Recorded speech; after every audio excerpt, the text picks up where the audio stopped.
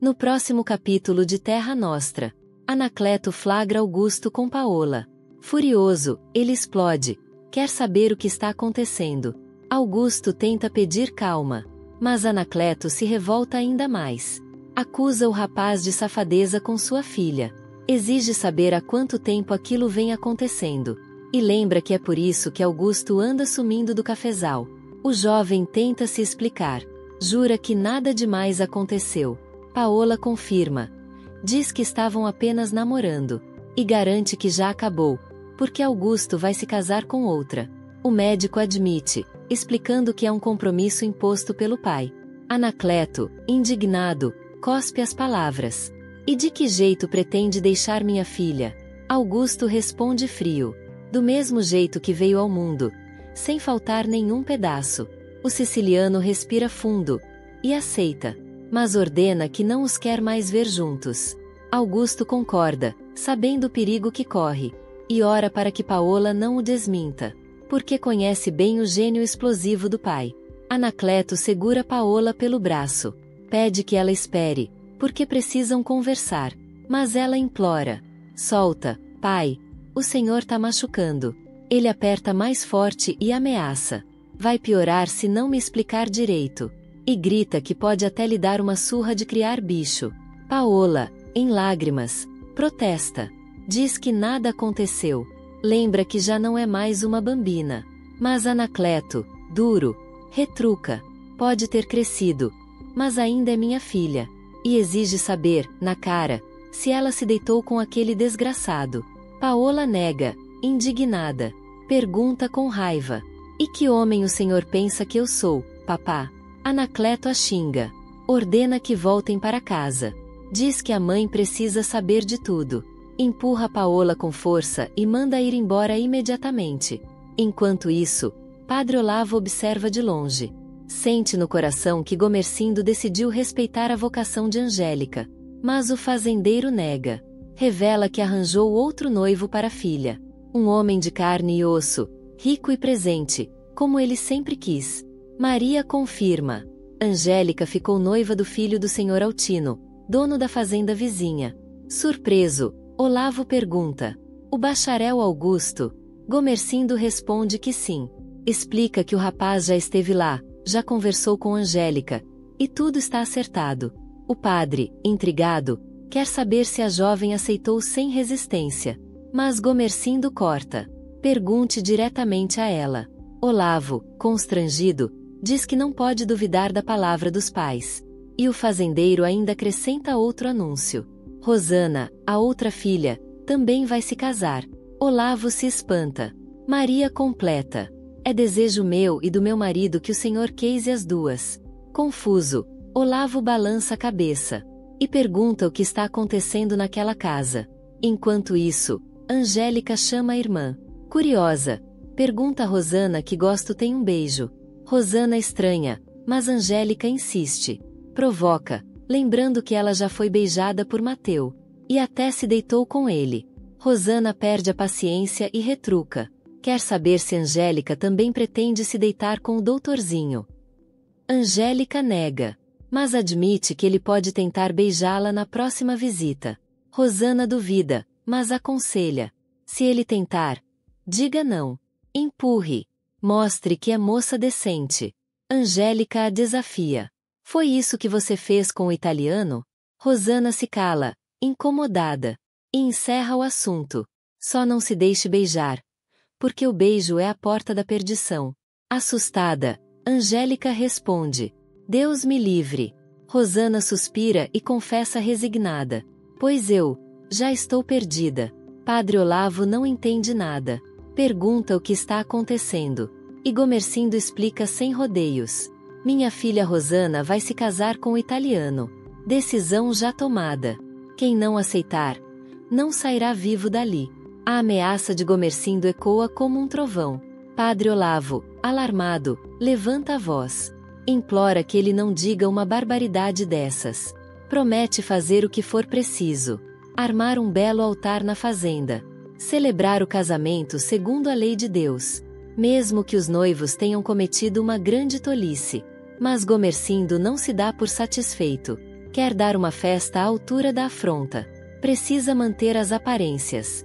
Antes de encerrar, Olavo hesita. Pergunta se a filha vai querer casar-se de branco, com véu e grinalda, como uma noiva pura. Enquanto isso, Francesco mostra ao filho o lugar onde vai abrir a casa bancária. Marco Antônio, curioso, pergunta se os sócios do pai estão de acordo. Francesco responde seco: sócios? Não há. Quem decide sou eu. O rapaz aceita e brinca, rindo. Mas o pai insiste: será ali que ele vai trabalhar duro, ao seu lado. Marco Antônio protesta. Diz que não tem vocação para lidar com dinheiro, só para gastá-lo. Francesco retruca firme: isso eu posso ensinar. Confessa que gostaria de ter 10 filhos para escolher, mas a mãe só lhe deu um. Então exige que sigam adiante. Há muito que organizar. Marco Antônio lembra da irmã Juliana. Francesco responde que, depois de trazerem Mateu para perto dela, decidirão o que fazer. De repente, Justino aparece de surpresa na casa de Gomercindo. Pede desculpas pela visita inesperada. Explica que procura um italiano, alto, bonito, chamado Mateu. Veio junto na leva de imigrantes. Gomercindo, desconfiado, quer saber o motivo. Justino abre o jogo, pretende levá-lo embora. E garante que o fazendeiro não terá prejuízo. Está com dinheiro para comprá-lo. Gomercindo estranha a proposta. Lembra que já vendeu muitos escravos na vida, mas nunca lhe passou pela cabeça vender um italiano. Justino insiste. Diz que pode ser um bom negócio. Manda Gomercindo pedir qualquer preço. Mas o fazendeiro exige primeiro uma explicação. Pressionado, Justino revela: quem deseja comprar Mateu é um italiano rico da capital, protetor de uma jovem órfã, filha de amigos seus da Itália. Os pais morreram na viagem. Gomercindo pergunta o que essa moça tem a ver com a história. E Justino solta a bomba. Ela espera um filho de Mateu, concebido ainda no navio. O fazendeiro confirma. O nome dela é Juliana? Justino se anima. Sim. Mas Gomercindo ordena: volte e diga a esse italiano que eu também estou atrás dele. Justino se espanta. Pergunta o que aconteceu. Gomercindo revela: esse desgraçado fugiu. Preocupado, Justino confessa que não faz ideia para onde ele foi. Gomercindo pede que, se souber de algo, o avise. E lembra, em tom de ameaça: por enquanto, aquele italiano ainda é meu. Enquanto isso, Maria treme. Desesperada, pede a Leonora um copo de água com açúcar. Leonora se assusta e pergunta o que houve. Maria, ofegante, explica: aquele agente voltou. Leonora arregala os olhos. Que agente? E Maria esclarece, com a voz embargada: o mesmo, que nos trouxe. Leonora se espanta. Pergunta por que Maria ficou tão nervosa. E o que, afinal, aquele homem queria. Maria responde que ele não queria nada, mas confessa: não suporta aquele sujeito. Leonora insiste: por quê? Maria explica que ele lembra os outros, aqueles que vinham vender escravos pro marido dela. Leonora comenta com ironia: agora deve vender italianos. Maria conclui amarga: só mudou a cor da pele. Enquanto isso, Angélica provoca a irmã. Pergunta se Rosana desmaiou quando o italiano a beijou. Rosana responde firme que não. E acha a pergunta uma bobagem. Angélica insiste: então como ele conseguiu se aproveitar de você? Rosana admite: foi porque eu desmaiei. Angélica decide de imediato: pois eu não vou desmaiar. Rosana revira os olhos. Diz que, para quem queria casar com Cristo. Angélica está bem assanhada. A irmã se defende: não é isso. Eu só estou assustada. Rosana observa com malícia. Nota que Angélica está ansiosa pelo beijo do noivinho bacharel. Angélica pergunta tímida: dói? Rosana estranha: dói o quê? Angélica, quase em sussurro: se eu desmaiar, e ele se aproveitar de mim, dói? Enquanto isso, Bartolo aconselha Mateu. Diz que ele precisa esquecer Júlia. A moça provavelmente nem pensa mais nele. Mateu duvida. Mas Bartolo insiste: se ela quisesse, já teria te procurado. Mateu suspira: Afirma que Júlia ainda pode estar tentando encontrá-lo. Bartolo retruca com filosofia. O que Deus escreve por linhas tortas é a pura verdade. Talvez ela tenha tido sorte. Pode estar com um amigo rico do pai. Mateus suspira de novo. Com amargura, reconhece que esse amigo deve ser muito rico. Bartolo concorda, rindo. Sair da miséria e cair na fortuna. Isso é sorte. Mateu conclui que talvez casar seja o melhor caminho. Bartolo lembra que a signorina Rosana é uma belíssima mulher. Mas Mateu responde seco. Ela vai pagar caro por aquela mentira. Bartolo ri alto. Só se você não gostar dela na cama. Mateu fecha a cara e afirma. Nunca vou me deitar com ela. Na casa, Maria pede que Rosana saia do quarto. Quer conversar a sós. Rosana questiona o motivo. Maria suspira e revela. O agente que trouxe os italianos voltou. Ele veio atrás de Mateu. Rosana não entende. Maria explica que ele trouxe muito dinheiro para comprar Mateu de volta, como se fosse um escravo, tudo a mando de um amigo rico daquela italiana. A mesma que Mateu não esquece. Rosana se assusta. Maria tenta acalmá-la, lembrando. Seu pai já disse. O italiano fugiu daqui. Mas logo revela o mais grave. Segundo o que falaram ao pai, a italiana está esperando um filho de Mateu. Rosana arregala os olhos, surpresa. E Maria aperta.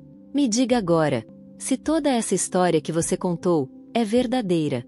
Rosana baixa a cabeça e confessa que mentiu. Maria suspira aliviada, mas logo revela outra verdade dura. Explica que Padre Olavo não queria deixá-la casar de branco, de véu e grinalda, porque o pai contou que ela não era mais pura, e só aceitou depois que prometeram sacas extras de café para a igreja. Rosana, fria, responde. Deixa o Mateu ir atrás da Júlia. Ela vai ter o filho dele, e eu vou ter o meu aqui, sozinha. Maria se assusta. Pergunta nervosa o que a filha está dizendo. Rosana esclarece. Ainda não aconteceu este mês. Enquanto isso, Marco Antônio conversa com Justino. Pergunta se ele conseguiu encontrar o sujeito. Justino sorri e responde. Está exatamente como o senhor queria. Marco Antônio se surpreende. Como assim? Justino explica. O italiano, Mateu, já não vive mais naquela fazenda. Marco Antônio fica intrigado. Quer saber para onde ele foi. Justino responde que fugiu. Ninguém sabe o destino. Marco Antônio confirma se tem certeza. E Justino assegura que sim. Falou diretamente com Gomercindo, dono dos cafezais. O rapaz ri satisfeito. Não poderia receber notícia melhor. Mas Justino acrescenta. Tem uma ainda melhor. Se o senhor aprovar. E, se eu não precisar devolver o dinheiro que recebi. Marco Antônio o encoraja a falar. E Justino solta. Mateu embarcou num vapor para a Argentina. Marco Antônio se espanta.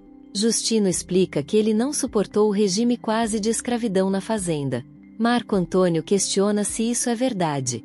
E Justino, irônico, sorri. Se não for, é quase uma invenção. Como dizem os italianos. Marco Antônio decide. Vá embora. Justino tenta justificar que precisa esperar pelo pai. Mas o jovem corta. Não. Pode desaparecer. Justino pergunta sobre o dinheiro. E Marco Antônio manda que fique com ele. Mas suma. O agente se despede, desejando boa noite. Logo depois, Juliana pergunta se aquele senhor voltou. Marco Antônio confirma. Diz que ele acabou de sair. Preocupada, Juliana quer notícias de seu Mateu. Marco Antônio responde que ele fugiu da fazenda. Juliana se assusta. Fugiu. Ele confirma. Pelo que contou o agente. Mateu foi para a Argentina. Juliana arregala os olhos. Pergunta onde fica a Argentina. Marco Antônio explica. É outro país. Muito longe. Lá, provavelmente não existe escravidão. Juliana se espanta. E Marco Antônio completa. Ele não quis ser um escravo branco nos cafezais do Brasil.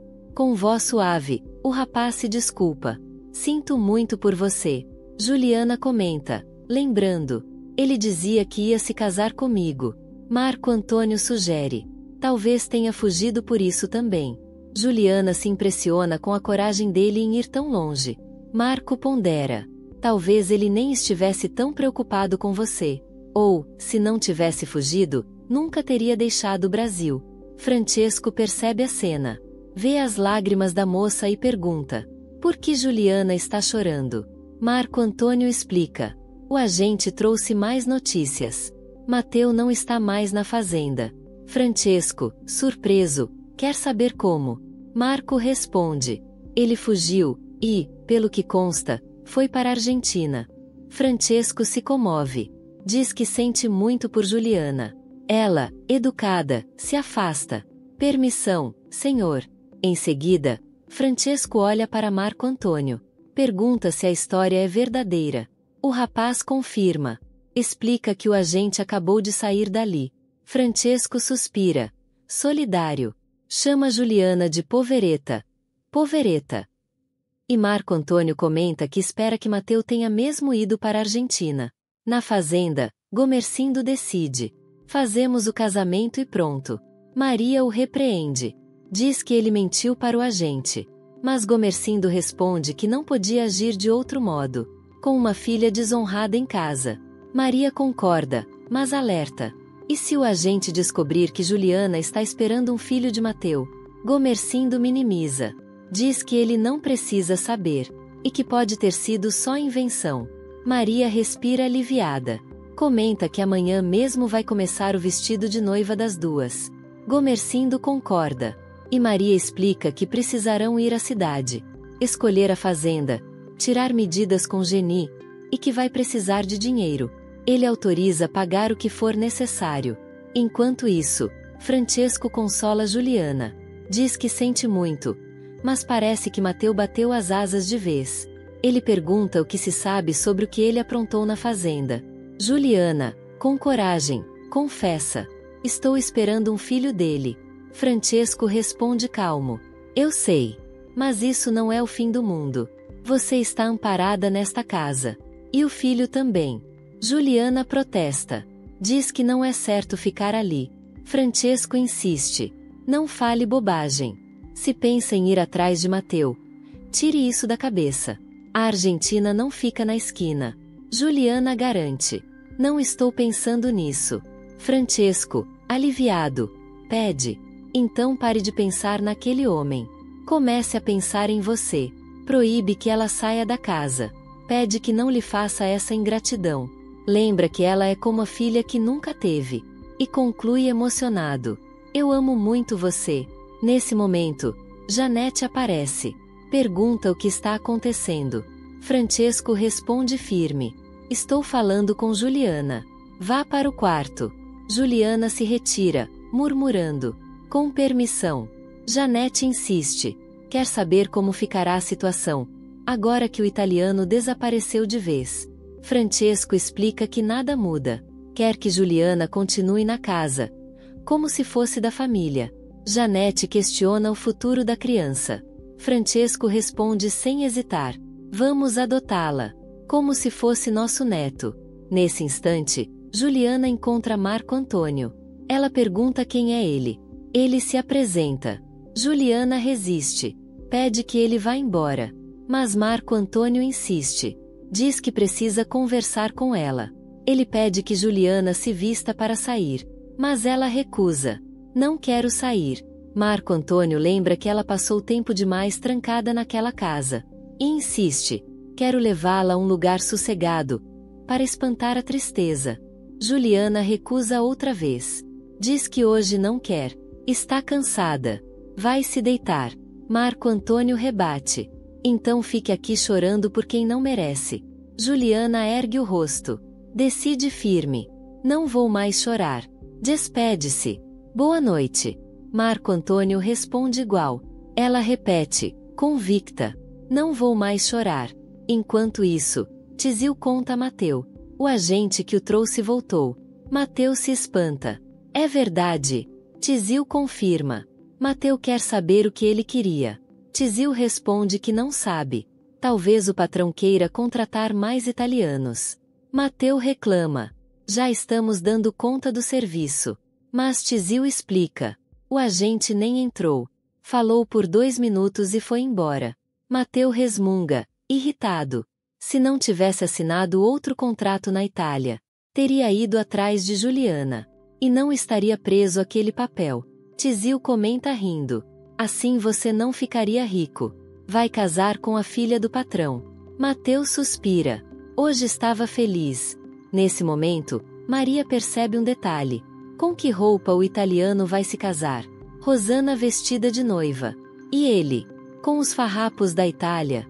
Gomercindo concorda. Seria uma vergonha diante dos convidados.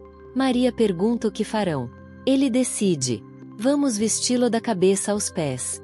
Nem sapatos decentes ele deve ter. Maria questiona se vai deixá-lo ir à cidade. Gomercindo responde que não. O alfaiate virá até eles. Não correrá o risco de Mateu desaparecer. Maria suspira. Amanhã mesmo vai cuidar disso. Gomercindo pede a Antenor que leve sua mulher e as filhas até a cidade. Fiquem lá o tempo que for preciso.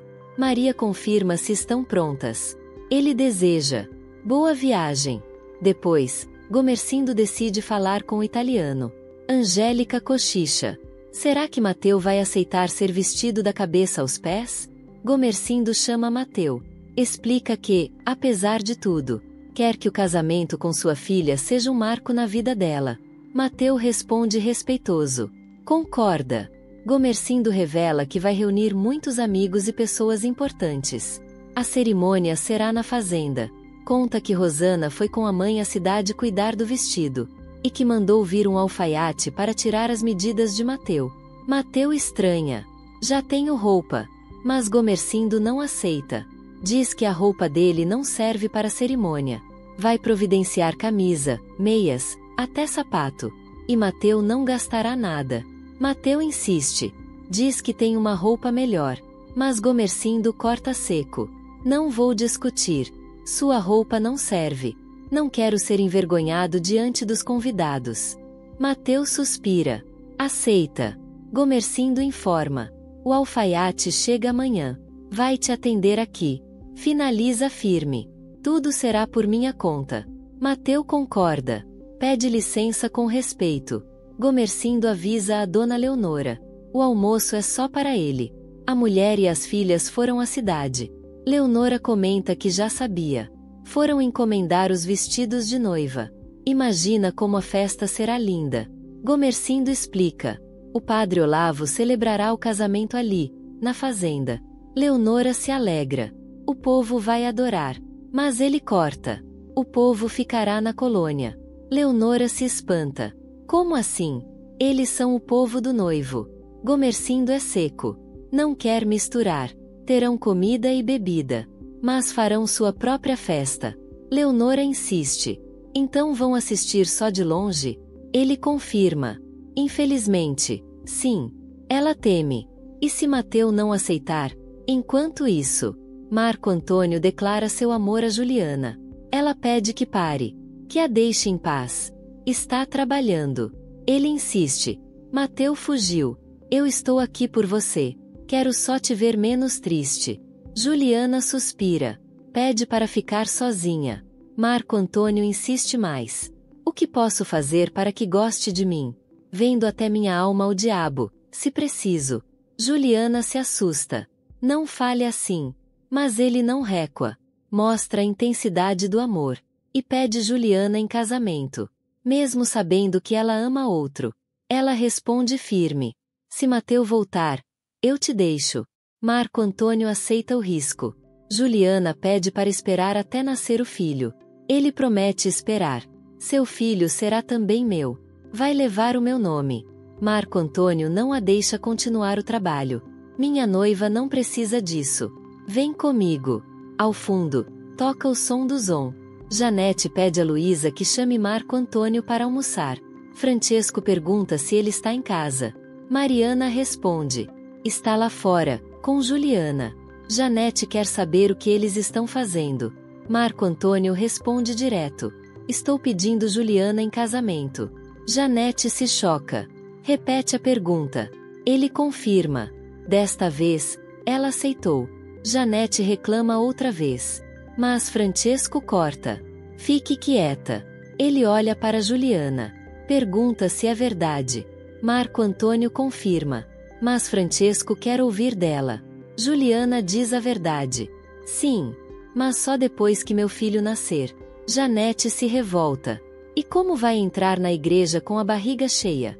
Marco Antônio rebate. Ninguém está esperando isso. Eu posso esperar. Francesco decide. Não se fala mais de Mateu. Juliana concorda. Ele então pede. Vê a Beni. E convida-a para sentar. Vamos almoçar juntos. Marco Antônio decreta. A partir de hoje, Juliana não lava nem passa mais roupa. Mas Juliana insiste. Prefere continuar. Francesco repreende Juliana. Pede que não discuta com o noivo. E com carinho se dirige a ela. Caríssima. Grazie. Depois elogia Marco Antônio. Você fez muito bem. Marco Antônio responde. Eu gosto de Juliana. Francesco comenta. Ela é uma bela ragazza. E não importa se é pobre. Contanto que não tenha mais ninguém em sua vida. Marco Antônio explica. Vai registrar o filho dela como se fosse seu. Esse filho será irmão dos outros que ela ainda vai lhe dar. Francesco concorda. Marco Antônio teme que a mãe crie problemas. Mas Francesco tranquiliza. Deixa comigo. Em seguida sugere. Vamos até a casa bancária. Quero ver como estão as obras. Marco Antônio concorda. Francesco se anima, rindo, enquanto se preparam para sair. Janete comenta com ironia. Juliana não perdeu tempo. Perdeu o italiano. Agarrou o filho de Marco Antônio. Mariana observa. Nem deu tempo de secar as lágrimas. Janete continua. Vai arrumar a vida do filho que teve com outro. O italianozinho já nasce milionário. Mariana concorda. Vai ser um Magliano. Mas Janete ressalta. Não terá o meu sangue. Nem o do avô. Mariana pondera. Se ela tiver filhos com Marco Antônio. O que deve acontecer? Janete lamenta. Esses filhos vão dividir a herança com o italianozinho. Maldita hora em que Juliana entrou nesta casa. Devia ter morrido com os pais. E sido jogada ao mar como eles. Na cozinha, Luía chama atenção. Juliana, larga isso. O patrão deu ordens. Juliana resiste. Não quero ficar parada sem fazer nada. Mas Luía insiste. Vá para o quarto. Tranque-se. Não se meta mais no serviço da casa. E provoca. Não percebeu que agora virou princesa? Juliana rebate. Não sou princesa. Luía retruca. Ser noiva do filho do patrão dá no mesmo. Agora levanta. E vai. Empurra Juliana para ir embora. Na outra cena, Angélica pergunta. Mateu tomou banho antes de tirar as medidas? Leonora responde. Estava no cafezal, na lavoura, quando chamaram. Angélica se desculpa. Não quis ofender. Rosana comenta. Vai ficar muito belo, vestido como gente. Leonora reage. E ele não é gente. Rosana explica. É só um modo de dizer. Maria observa. O alfaiate tira as medidas como se fosse para um caixão. Não para um terno de casamento. Leonora explica. Mateu está envergonhado por não ter roupa para casar. Rosana conclui. Isso se chama brio. Leonora insiste. Querem fazer uma festa para ele, lá na colônia. E questiona. Por que não podem estar presentes? Maria garante. É melhor assim. Seu pai vai pagar tudo. Leonora suspira. E concorda, resignada. Logo depois, Gomercindo avisa. O alfaiate já vai embora. Rosana. Tem 2 minutos para falar com o noivo. Rosana se aproxima de Mateu. Pergunta como ele está. Ele responde. Seco. Estou bem. Ela conta que o pai deixou conversarem. Mas Mateu corrige. Foi eu quem pediu. Rosana pergunta o motivo. Ele suspira fundo. Queria dizer que ainda dá tempo de você desmentir aquela história. Rosana encara. Você quer que eu negue que eu te amo? Mateu responde aflito. Eu não fiz nada. Foi só um beijo. Pelo amor de Deus. Rosana confessa. Emocionada. Eu me perdi naquele beijo. E nos outros. E nunca mais vou querer saber de mais ninguém. Mateu reage duro. Pois eu nunca mais vou querer saber de você. Rosana provoca. Nem casado comigo? Mateu é firme. Não. Ela sorri, desafiando. Isso a gente vai ver. Nesse instante, Gomercindo interrompe. Chega de conversa. Mateu, volte ao trabalho. O rapaz já se afasta. Já estava de saída. Com licença. Assim que ele sai, Gomercindo pressiona. O que ele queria falar com você? Rosana disfarça. Nada demais. Só pediu que, depois da festa em casa, eu fosse com ele à festa da colônia. O pai pergunta se ela prometeu. Rosana responde que não lhe custa nada. É agente dele, pai. Só alguns minutos. Enquanto isso, Bartolo desabafa com Mateu. É uma humilhação a nossa própria gente não poder assistir ao seu casamento de perto. Mateu pede que esqueça. Eles vão fazer a festa na colônia. Mas Bartolo insiste. Não é justo. Mateu suspira. Pelo menos, quero o senhor Gomercindo e Dona Leonora lá. São meus padrinhos. Bartolo conta que o patrão mandou um terno usado e um vestido da esposa para Leonora ajeitar. Assim todos estarão arrumados. Mateu agradece. Mas Bartolo repete. Ainda assim, é uma humilhação. Mateu murmura. Na hora certa, a gente acerta as contas. Bartolo estranha. Do que você tá falando? Mateu desconversa. De nada. Nesse momento, Batista chega. Com licença. Mateu o trata com respeito. Senhor. Batista anuncia. O patrão abriu o cofre. Mandou providenciar tudo o que for preciso para a festa na colônia. Bartolo se irrita. Então avisa que a festa a gente mesmo paga. E ainda encomenda um vinho da Itália. Por nossa conta. Batista ri, concordando. Pelo menos o vinho, eu não marco na caderneta. E comenta. Afinal, a noiva é filha do patrão. Você teve muita sorte na vida, Mateu. Aproveite. Mateu retruca. Amargo. Sorte. Que sorte é essa? Enquanto isso, Gomercindo comenta em casa. Esqueci das alianças. Maria suspira. Devíamos ter aproveitado o alfaiate para medir o dedo de Mateu. Rosana se oferece. Eu mesma posso medir. Mas o pai recusa. Não. Manda pedir a Dona Leonora. Angélica, curiosa, pergunta. Mas como é que eu faria isso? Logo ela mesma responde, rindo. É fácil. Basta um pedaço de arame. Gomercindo sorri, elogiando a praticidade da filha. Muito bem pensado. Mas peça a Leonora. Angélica obedece, pede licença, e sai. Leonora então se aproxima de Mateu. Não reclame, rapaz. É a ordem do patrão. Até com as alianças. Ele está se preocupando. Bartolo observa com ironia. Esse é só o primeiro ouro que vai colocar na sua mão. Pense bem nisso. Leonora concorda. É verdade. Mateu não entende. O que querem dizer com isso? Leonora explica, firme. Você não imagina a fortuna que esse homem tem. E só 2 filhas. Para dividir. Mateu suspira. Já pedi muitas vezes para esquecerem Juliana. Mas confesso, continuo pensando nela. Leonora rebate. Depois de casado, Rosana vai fazer você esquecer. Ela tem um certo fogo. Mateu fecha o rosto. Pois eu vou apagar esse fogo.